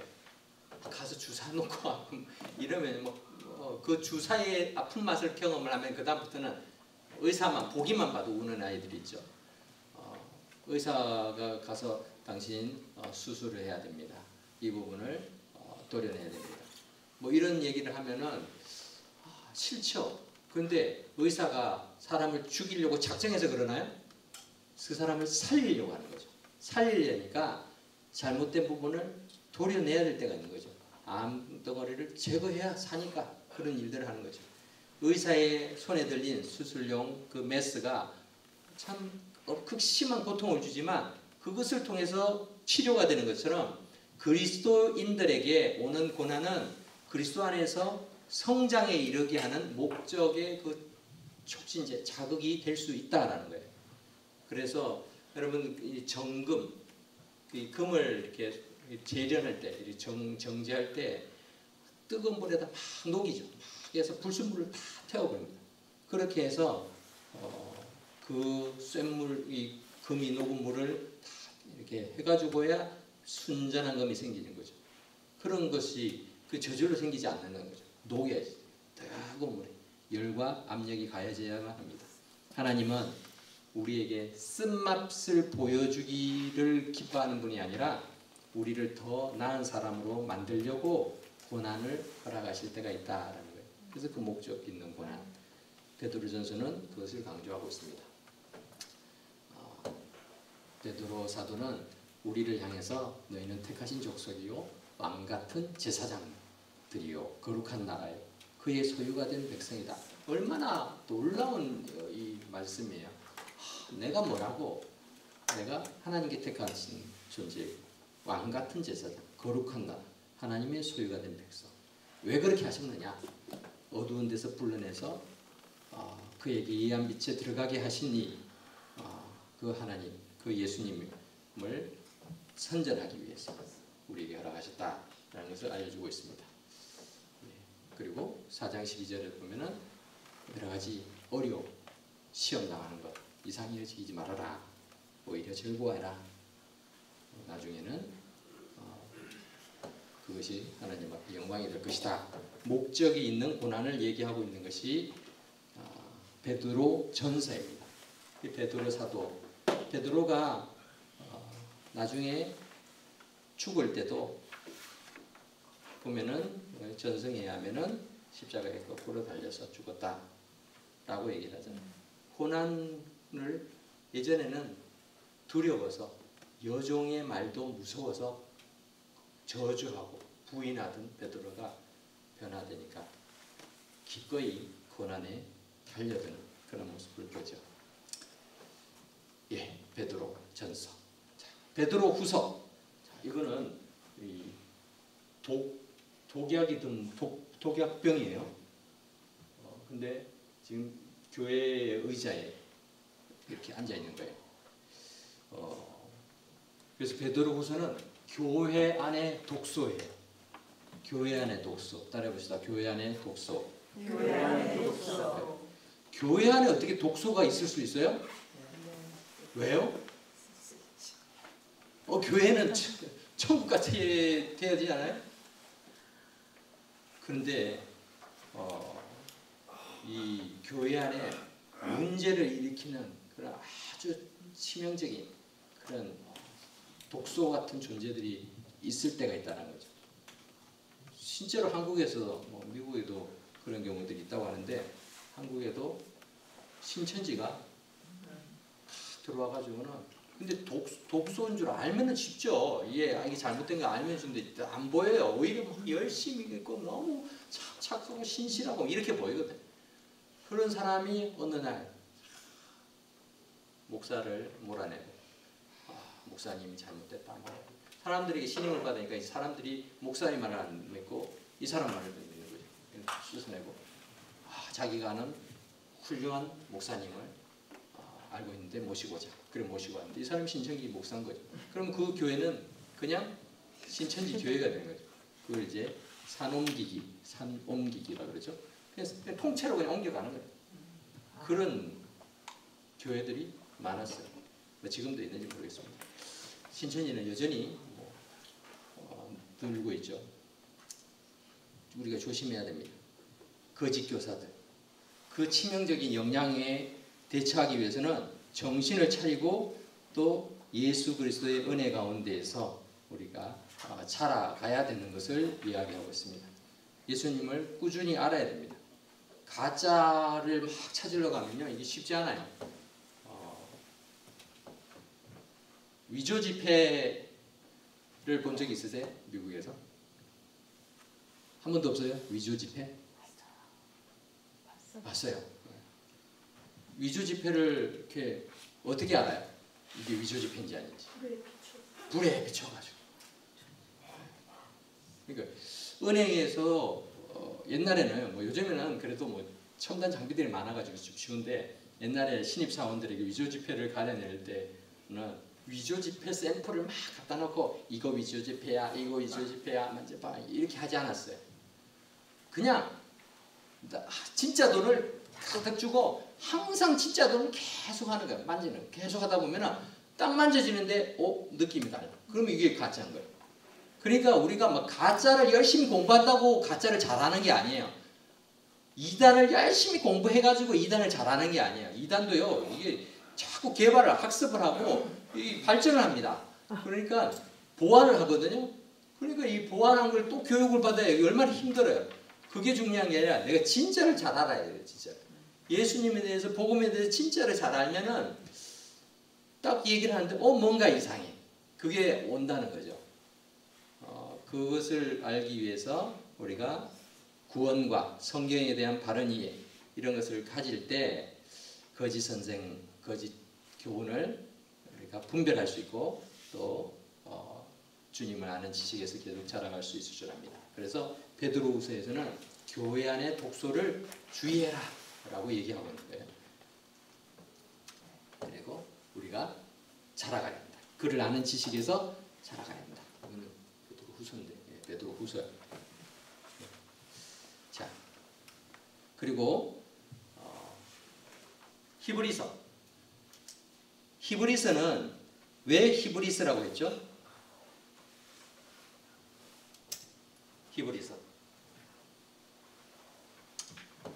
히브리서는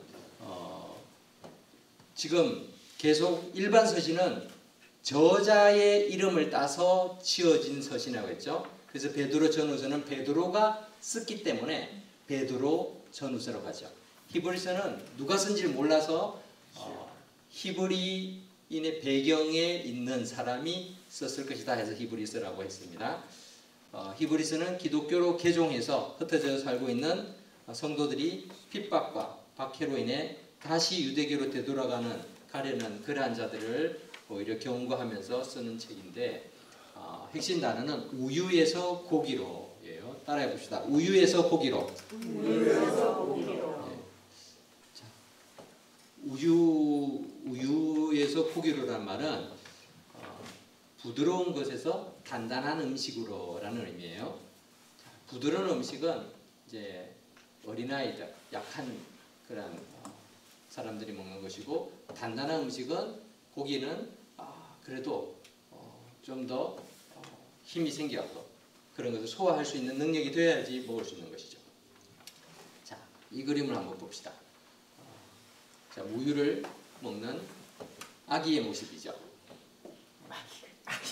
네, 아기가 조금 조숙합니다. 가끔 조숙한데 아기가 있어요. 그러면 이건 어때? 자, 뭐 내가 아버지가 돼가지고 나 그래도 우유가 좋아 이러고 있는 모습. 이것은 좋겠습니까? 여러분의 남편이 아침마다 여보 젖병 가지고 오세요 이러면은 네 그렇게 했어요? 말도 안 되죠. 한심하죠. 이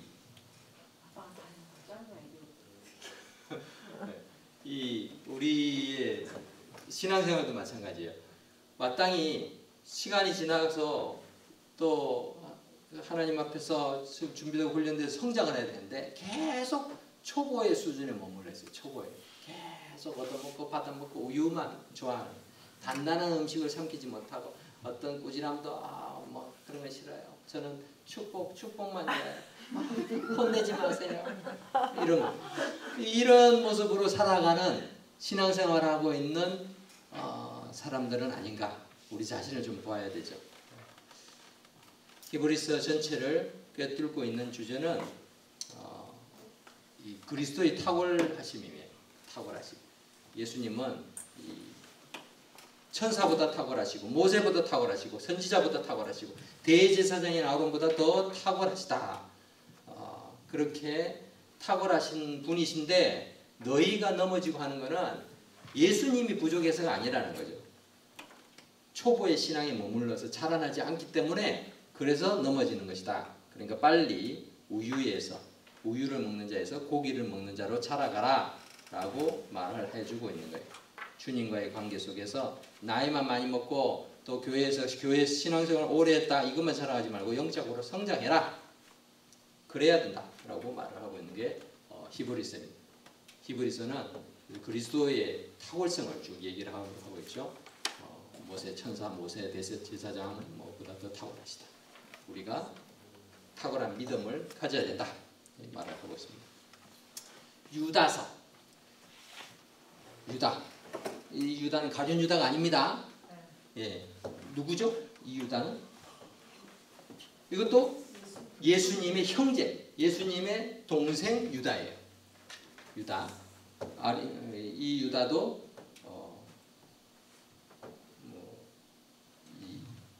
예수님의 제자가 되고 또 나중에 이렇게 서신서를 쓰게 되죠. 유다서는 믿음을 위해 싸워야 된다라고 말하고 있어요. 믿음을 위해서 싸워라.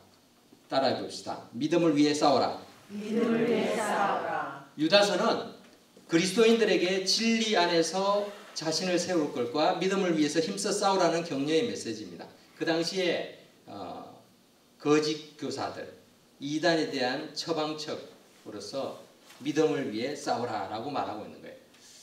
누구하고 싸우라는 자기 뭐 옆에 있는 이 형제자매 교회의 다른 성도들, 동역자들하고 싸우라는 얘기가 아니고 이단에 대해서, 거짓 교사에 대해서 싸워야 되는데 그렇게 싸우기 위해서는 이 진리의 말씀을 기억하고 자신을 끊임없이 양육을 해야 되는 거죠. 뭐 권투 선수나 뭐 체육하는 선수들이 이렇게 싸울 때 제일 힘든 싸움이 자신과의 싸움이잖아요. 자기를 극복해야 돼요. 훈련하면서 자기를 이기는 극기의 훈련들을 경험을 하죠. 그렇게 하지만 그 안에서 또한 이 긍휼을 가져야 된다라는 걸 얘기합니다. 긍휼함을 또 가져야 된다라는 것을 말하고 있어요. 네, 유다서 1장의 3절을 보면은 이런 내용이 있고요. 거짓 교사에 대한 경고, 특징, 그리고 그 거짓 교사를 어떻게 또 방어할 것인가 이런 것들을 얘기합니다. 유다서는 그래서 믿음을 위해서 싸워라. 권투 글러브를 생각하시면서 유다서를 생각하면 됩니다. 자, 그 다음 요한일서인데요. 요한일서는 교제의 척도예요. 교제의 척도. 따라해 봅시다. 교제의 척도. 교제의 척도. 아까 전에 믿음의 척도가 어디에 나온다 그랬죠? 야고보서. 네. 교제의 척도는 요한일서입니다. 하나님과 우리와의 교제의 그 척도를 어떻게 우리가 할 수 있느냐라는 거죠. 요한일서는 당신이 하나님과 교제하고 있는가를 쉽게 점검할 수 있는 그 교제의 척도를 제공하고 있습니다. 어떻게?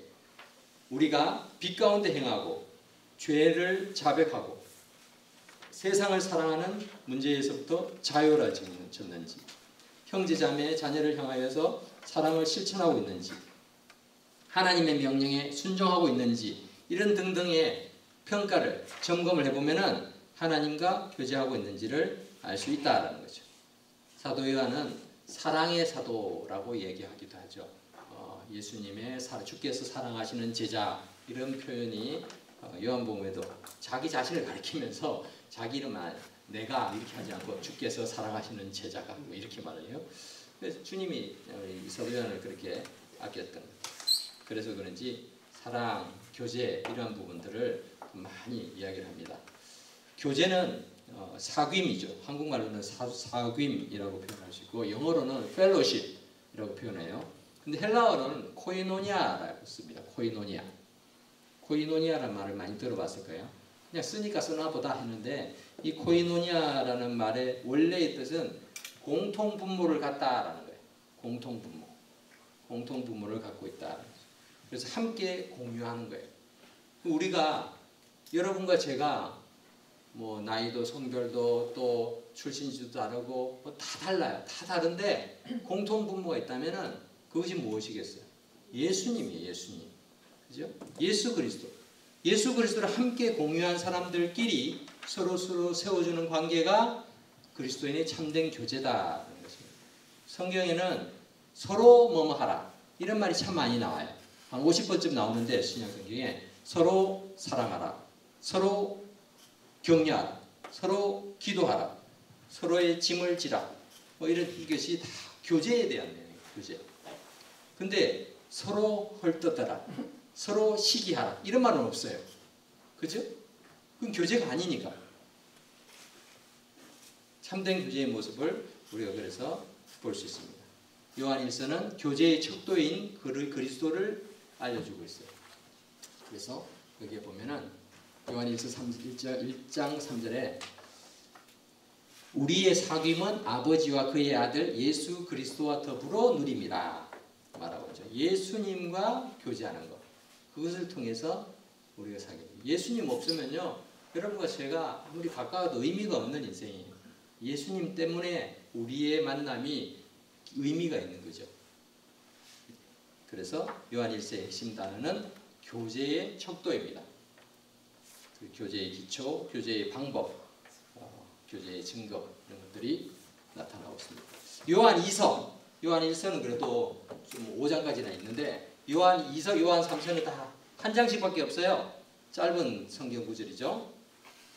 자, 요한 2서의 이 모습, 이 사람 뭐 하고 있습니까 지금? 네, 문을 잠그고 하고 있죠.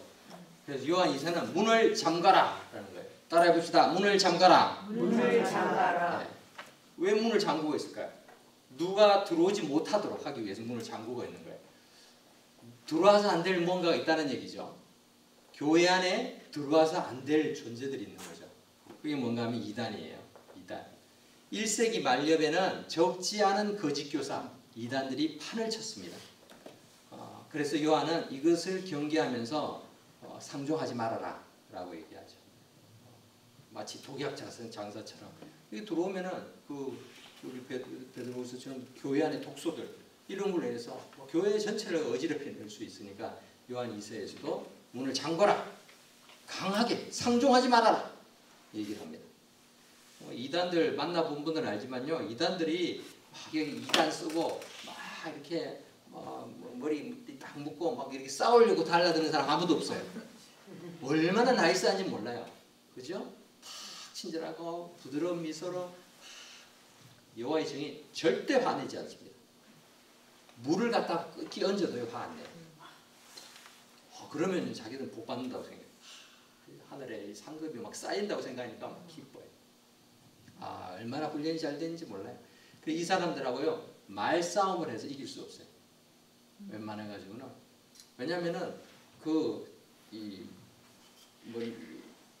핵심 모범 답안들이 다 있어서 이렇게 지금 이렇게 대처하고 이건 다 이렇게 배워 훈련을 받았거든요. 근데 우리 모든 성도들이, 일반 성도들이 그런 거 배우지 않았기 때문에 그 논리를 따라가면요 반박할 말이 없어지는 거예요. 잘 모르고 또 그런 줄 알아요. 잘못된 걸 얘기해도 다 그게 맞는 줄 알아요. 그러니까 이거를 원천적으로 차단을 해야 된다라고 얘기하죠. 한 가지 배워야 된다면은 그 열심은 배워야 되죠. 그 열심은 얼마나 대단한지 몰라요. 저희 집에도 찾아오더라고요. 몰몬교 미국 청년 2명이 다 가지고 그래서 그러냐고 나는 프로테스탄트 장로교 목사다 그러니까 그러냐고 가더라고요. 그냥 두 말도 안 가버리는데 참 진리를 제대로 알고 진리에 대한 확신을 가져야 되는데 조심해야 됩니다. 이단을 이렇게 대하는 것은 우리가 엄격하게 구분할 필요가 있습니다. 그래서 요한 2서에 보면 이 교훈, 그러니까 바른 교훈을 가지지 않고 너희에게 나가거든 그 집에 들이지도 말고 인사도 하지 말아라. 그렇게 하는 것은 결국 악한 일에 내가 참여하는 게 된다 라는 것을 아주 강하게 얘기하죠. 그 당시 상황에서 또 특별히 더 조심해야만 했습니다. 요한 2서의 내용이죠. 자, 요한 3서 이건 지금 뭐죠? 문을 열고 있어요. 아니 방금까지 문을 잠그라고 해놓고는 또 문을 열어래요. 왜 그럴까요? 그 대상이 다른 거죠. 대상이 누구에게 문을 열으라고 하는가 하면은 1세기에는 이단도 많았지만 핍박도 많았어요. 예수님을 믿는 것 때문에 핍박을 당하는 전도자들도 많았어요.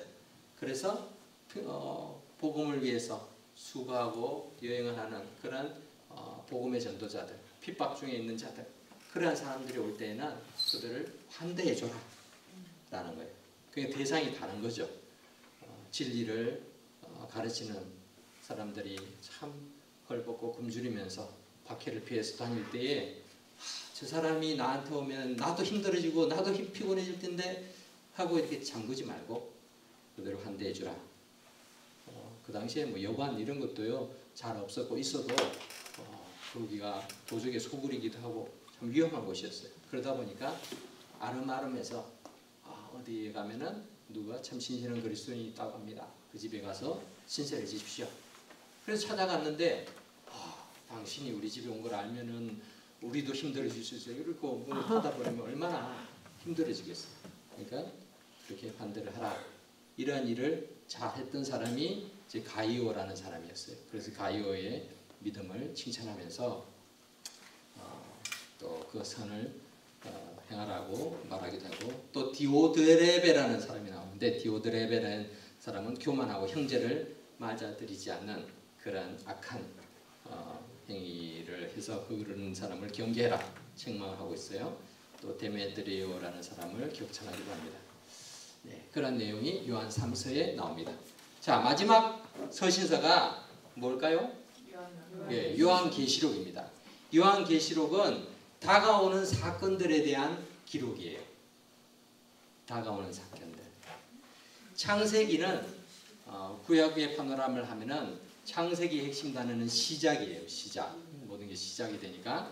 근데 요한계시록은 다가올 사건들에 대해서 이야기를 해주고 있죠. 그 요한계시록에는 예수님이 다시 오신다. 그리고 새하늘과 새 땅, 미래의 사건들에 대한 기록들이 있습니다. 요한계시록은 너무나 어려운 책이야 라고 얘기를 하기도 합니다. 사실 쉽지 않죠. 왜냐하면 요한이 환상 중에 꿈을 꿨는지, 환상 중에 자기가 본 거를 천국의 형상들을 인간의 글로 표현을 하려니까 표현이 잘 안 되는 거예요. 가장 좋은 걸 다 썼어요. 그냥 다 썼어. 그 이상 쓸 수가 없으니까. 그리고 여러 가지 참 환란 날에 그 많은 환란들, 재앙들 이런 것들도 표현할 수 있는 최대한으로 이렇게 표현을 한 거예요. 그걸 다 우리가 이해를 해야지만 아는 게 아니에요. 요한계시록이 말하고자 하는 건 딱 한 가지예요. 예수님이 다시 오신다는 거예요. 이때 이 세상은 종말이 있고 예수님이 다시 오신다는 거예요. 이거 하나만 붙들면 되는 거죠. 사도 요한이 그거를 말한 거예요. 그리고 주님이 다시 오실 때 모든 것을 심판하고 또 믿는 하나님의 택한 백성들은 새하늘과 새 땅, 천국을 경험하게 될 것이다. 그러니 우리가 주님 다시 오시옵소서 그렇게 간구하며 믿음을 지켜야 된다라는 걸 얘기하는 거예요. 그 핵심만 기억하면 됩니다. 뭘 다 이해를 해야지만 우리가 천국 가는 게 아니죠. 하나님이 무엇을 우리에게 기대하시는가? 두려움이 아니라 다가올 미래에 대해서 나는 하나님께서 지켜주실 거구나. 내가 하나님의 택함 받은 자로서 주님 다시 오실 날들을 사모할 때에 내게는 이런 그런 복된 날들이 기다리고 있구나 라는 것을 기억하면 될 줄 압니다. 그래서 다가오는 사건들을 얘기하고 있습니다. 1장 7절에 8절에 있는 말씀처럼 볼지어다 그가 구름을 타고 오시리라.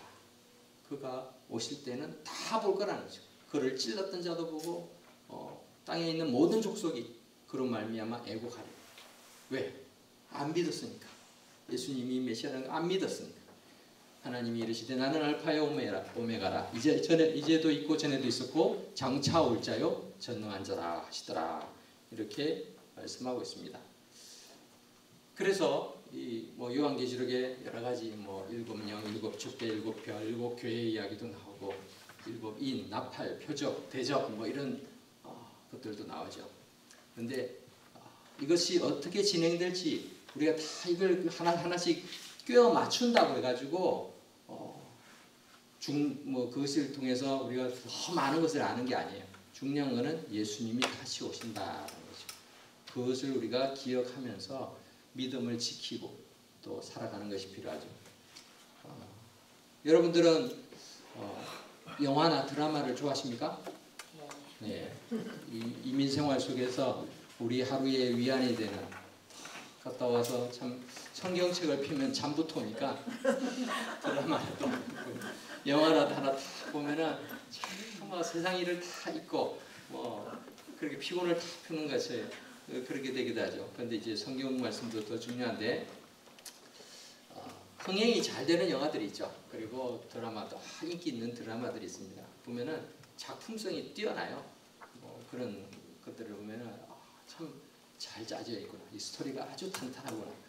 이 배우들이 연기를 참 잘하는구나. 이런 것들을 하죠. 그리고 그에 대한 소문들이 좋아요.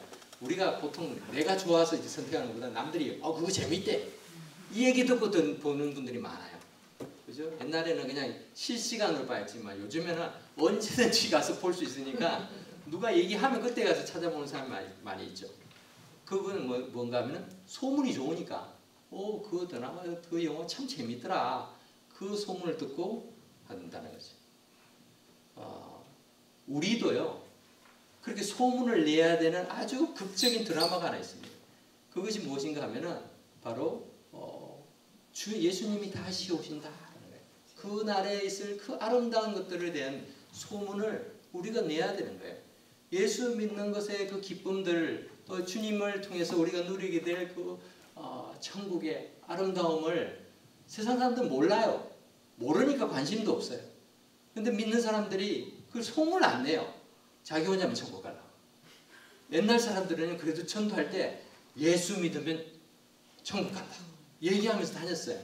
근데 요즘에는 그 말도 잘 안 들어가죠. 왜냐면은 여기가 너무 좋은데 뭔 천국 사람들이 별로 관심도 없어요. 왜 그러면 그리고 우리 자신을 돌아봐야 되죠. 내가 과연 그만큼 천국에 대한 기대를 가지고 있는가? 내가 그것이 재밌고 즐거워야 드라마가 내가 소문을 내는 것처럼 내가 천국에 대한 기대와 그 기쁨들을 내가 경험을 해야 얘기할 수 있는 거거든. 예수 믿는 그 기쁨들, 또 은혜들, 그 감격들, 또 주님을 통해서 우리가 누리게 될 그 영화로운 천국의 소망들, 이런 것을 우리가 소문을 낼 때 결국 그것이 전도가 아니겠어요? 그것이 하나님 나라의 확장인 줄 믿습니다. 이러한 것들을 우리가 기대하면서 살아갈 수 있기를 바랍니다. 예수 그리스도의 멋진 예고편으로 살아가는 인생 될 수 있기를 바랍니다. 네. 여러분들 책에 보면요, 지금까지 했던 신약의 파노라마의 모션들이 다 정리되어 있습니다. 여기 교재에 있어요. 근데 그냥 보면 모르지만 저랑 같이 했던 사람은 이걸 보면 어떻게 하는지 기억이 날 거예요. 그리고 책별로 책에 대한 내용이 무엇인지를 다 간략하게 적어놨어요. 그래서 마태복음부터 기요한계시록까지 아주 3줄 4줄 책이 있어요. 책에 한 페이지. 그래서 이것을 보시면서 여러분들이 자꾸 이렇게 되새기길 바랍니다. 계속 몇 번씩만 연습하면은 이게 평생 기억에 남습니다. 그리고 또 그 뒤에 교재 113쪽, 143쪽까지는 30일간의 신약 성경 일주라는 것이 있습니다. 지금까지 한 내용들을 율동과 함께 그 내용들을 매일매일, 그러니까 한 달간 꾸준히 묵상할 수 있도록 만들어 놓게 됐습니다. 그것도 여러분들이 이렇게 아침 매일 살펴보시면은 신약 성경의 역사적인 흐름들을 또 잘 볼 수 있습니다. 자, 교재 85쪽에 봅시다. 여기 앞에도 있습니다. 자, 성경을 읽음으로써 얻는 7가지의 복이 있습니다. 우리 같이 읽어볼까요? 1번 시작. 성경은 나를 죄로 도와주다. 2번 성경은 나의 짐을 가볍게 해주다. 3번 성경은 나의 걸음을 인도해 주다. 4번 성경은 나에게 기쁨을 주사. 5번 성경은 나를 지혜로 인도해 주사. 6번 성경은 나에게 평안을 주다. 7번 성경은 나를 하나님에게로 돌아가게 해준다. 네, 성경이 하나님의 말씀이기 때문에 그런 거예요. 그래서 하나님의 말씀을 우리가 이렇게 가까이 할 때 이런 복을 누리게 됩니다. 신약 성경뿐만 아니라 구약 성경까지 우리가 말씀을 가까이 하며 그 말씀이 나의 힘이 될 수 있도록 그렇게 힘쓰는 저와 여러분들이 되면 좋겠습니다. 아멘. 마지막으로 우리 다 끝났는데 모션을 한번 해야지 또. 그러고 오늘 마치도록 하겠습니다. 자, 400년.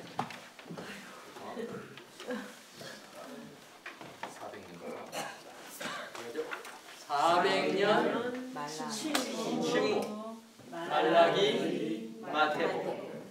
열강들, 헬라, 언어, 이스라엘, 소망, 로마, 길. 열강도 했어요? 네. 정치세요. 자네들이 자네들이 서기관 사두개인 바리새인 세리 열심 내시가 안보 베들레헴 한생 나사렛 목수 요단강 세례 광야 시험 예루살렘 거듭남 수가 우물가 여인 나사렛 배척 가브나움 열두 제자 산상수훈 사탄을 누르신 비유시작 폭풍아 잠잠하라 무리를 먹이신 신앙 고백 변화산 예루살렘 돌집 물러나신 대가계산 이런 것을 찾으시 베레가 빠졌군요. 물러나시면 어디로 빠졌다고요? 베레아. 네, 베레아 대가계산 이런 것을 찾으시고 유대 나사로야 나라 학개오야 내려와라 예루살렘 승리 입성 성전 청결 최후의 만찬 기도 대신 재판 부인 십자가 부활 승천 성령 모순절이야 성령 네. 일어나 아나니아와 삽비라 사도들 풀려나 일곱 집사 스데반 피바 빌립 전도 바울 회심 베드로 환상 1차 전도여행 2년 갈라디아 예루살렘 공회 율법 아니요 2차 전도여행 3년 마게도냐 아가야 헬라 3차 전도여행 4년 아시아 재판 누가 해? 이거 뭐예요? 벨릭스 벨트를 생각하겠죠? 벨릭스 베스도 아그리파 1차 투어 석방 2차 투어 확장이 무슨 뜻이라 그랬어요? 감옥이 확장됐다고요? 복음이 확장됐다. 복음이 확장됐다. 사도 바울이 죽었다고요? 복음 모든 게 끝난 게 아니에요. 그죠? 2차 투어 후에 사도 바울은 죽어도 순교를 해도 복음은 계속 확장이 되었죠. 그래서 우리에게까지 전해진 것입니다. 네, 여러분들이 잘 이렇게 이렇게 복습을 하셔가지고 너무나 감사합니다. 이것을 이제 끝났으니까 이제 잊어버리고 잊어버리면 안 돼요. 계속 하루에 한 번씩을 하다가 한 2주 지난 다음에는 이틀에 한 번씩 해도 되고 사흘에 한 번씩 해도 돼요. 그리고 한 달쯤 지난 다음에는 뭐 일주일에 한 번씩 해도 기억이 납니다. 그렇게 하다 보면 연말쯤 돼가지고는 나중에는 한 달에 한 번씩 해도 기억이 나요. 그래서 잊어버리기 전에 기억하는 게 중요해요. 잊어버리기 전에 그렇게 자꾸 해보면 좋을 것 같습니다. 참 타이트하게 많은 것들을 하려니까 바빴는데 그래도 잘 예습하고 복습하고 해주셔서 잘 할 수 있어서 감사드리고요. 남은 강의들도 잘 또 배움으로써 하나님 앞에서 준비된 그런 훌륭한 일꾼들이 될 수 있기를 바랍니다. 기도하고 마치겠습니다. 고마우신 하나님 은혜를 감사합니다. 신약계론 신약 성경의 구조와 역사 또 흐름 내용들을 또 우리가 모션을 통해서 짧은 시간에 함께 또 배웠습니다. 그리고 머릿속에 기억을 하려고 합니다. 하나님 우리의 기억력은 점점 사라지지만 주님을 사랑하는 마음들 변치 않게 하시고 또 우리의 그 수고와 노력들이 하나님 말씀을 볼 때마다 더욱 새로워져서 주의 말씀의 맛이 꿀과 같이 달고 또 그 말씀에 주는 능력들을 경험하며 너의 발에 등이 되고 내 길에 빛이 되게 도와주시옵소서. 하나님 우리가 참으로 세상 사람들 앞에서 빛과 소금의 그런 역할들을 감당해 가기를 원합니다. 예수님을 소개하며 천국을 소개하고 자랑하는 그런 그리스도인의 한편의 예고편으로 살아갈 수 있게 하여 주셔서 주님 다시 오시는 그날 우리의 그 전도의 내용들을 통해서 과연 당신의 말이 옳았습니다. 당신 덕분에 내가 생명을 얻었습니다. 고백하는 그런 영혼들이 많아질 수 있도록 저희를 사용해 주시옵소서. 예수님의 이름으로 기도합니다. 아멘. 감사합니다.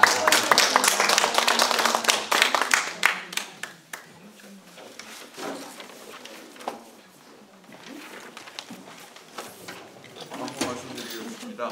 다음 주서부터 3주간은 우리 그 양충길 목사님이 소명 발견이라는 주제로 3주간 강의를 해주시겠습니다. 감사합니다.